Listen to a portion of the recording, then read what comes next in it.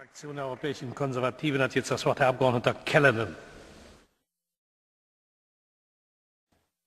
Thank you, Mr. President. Well, Europe faces yet another of its long line of crises. Only this time, in my view, is fast becoming a crisis of the legitimacy of the EU itself.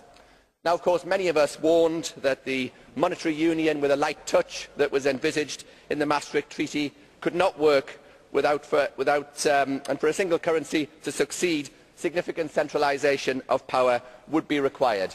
A centralisation, of course, that for many of us was totally unacceptable. And that, of course, is where you find yourselves today. You are bringing more centralisation upon yourselves in what is an increasingly desperate attempt to get ahead of the crisis, which so far you have completely failed to do. And when the markets are unimpressed with this, when the Spanish banks are lent €100 billion, then you have a clear signal that that failure is continuing. This latest Spanish bailout lasted barely 24 hours before it was, of course, as Mr Verhofstadt said, being questioned in the markets. And if I can use a somewhat crude analogy, it's a little bit like wetting your pants at the North Pole. At first, of course, it feels warm and comforting, but very quickly you realise just how much trouble you are in fact in.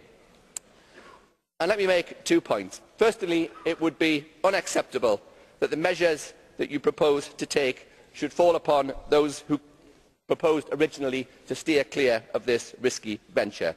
And secondly, those countries who signed up to join a single currency with one set of governing rules should not now be obliged to join a single currency with a completely different set of governing rules. So those countries who are not yet in the euro should therefore be released from their obligation to join.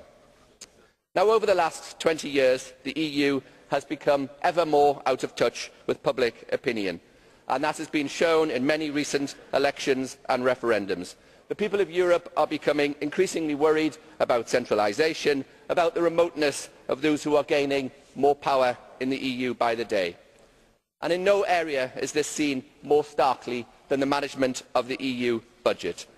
The Commission talks about synergies, about investments, about added value, and the public just sees waste, mismanagement and fraud. You ask for an even bigger budget. The public just wonders why it is, for 17 years in succession, the budget has been implemented with significantly high levels of illegal or irregular payments. You complain that the concept of value for money is somehow getting in the way of European solidarity. The public just wonders how on earth you can justify wanting even more money when that which you already spend is spent so badly. Mr President, to win back public legitimacy and regain trust, the EU needs to take reform seriously. It needs to respond to the needs of the people and not impose ideas upon them. And make no mistake, when we are facing so many different crises on so many fronts, we are very fast running out of time. Thank you.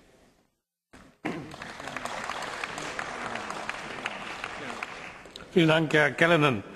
Bevor ich das Wort weitergebe, habe ich zwei Geschäftsordnungsangelegenheiten. Zunächst habe ich eine Blue Card des Kollegen Watson, der Herrn Callanan eine Frage stellen möchte. Sie akzeptieren das? Moment, Herr Watson, bevor ich Ihnen das Wort gebe, habe ich eine ganz erfreuliche Mitteilung. Herr Kommissar Lewandowski hat heute Geburtstag und ich möchte ihm herzlich dazu gratulieren.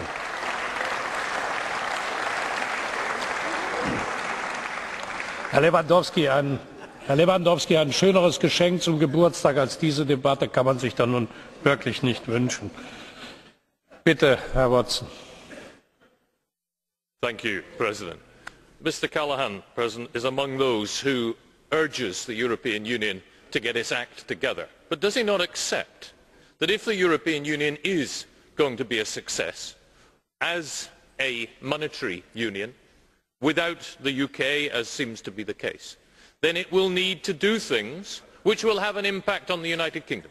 And therefore it is illogical to call for the European Union to sort out the problems that it faces, and yet to say that it may do nothing that will in any way impinge upon the single market. And does Mr Callanan not accept that if the European Union is to do this, it will need an adequate budget to do so? I accept that for a single currency to work, there has to be a whole series of different measures. There has to be significant fiscal transfers from the richer states to the poorer states. And that's fine for me to say that as somebody who's quite happily outside of the single currency. If I was a German taxpayer, I might have one or two regards about that and one or two concerns. And as for this issue of the budget, that somehow a euro spent at a European level somehow magically appears from this magical money tree without any impact on national budgets, I just say one thing. It is surely illogical for the Commission, for Mr Lewandowski, Mr Barroso, to be saying to Member States, you have to impose austerity, you have to reduce your budgets, you have to get your fiscal balances under control. Oh, but by the way, we want more of your cash taken to a European level to spend on your behalf because we know how to spend it better than you do. Member States are not sitting there with large piles of cash. They are all running fiscal deficits. What the Commission are saying to them is, we want you to add to your fiscal deficit in order to give us more money because somehow us spending lots of money at a European level will solve the crisis. Frankly, only a Liberal Democrat could believe that that would be the solution to the crisis.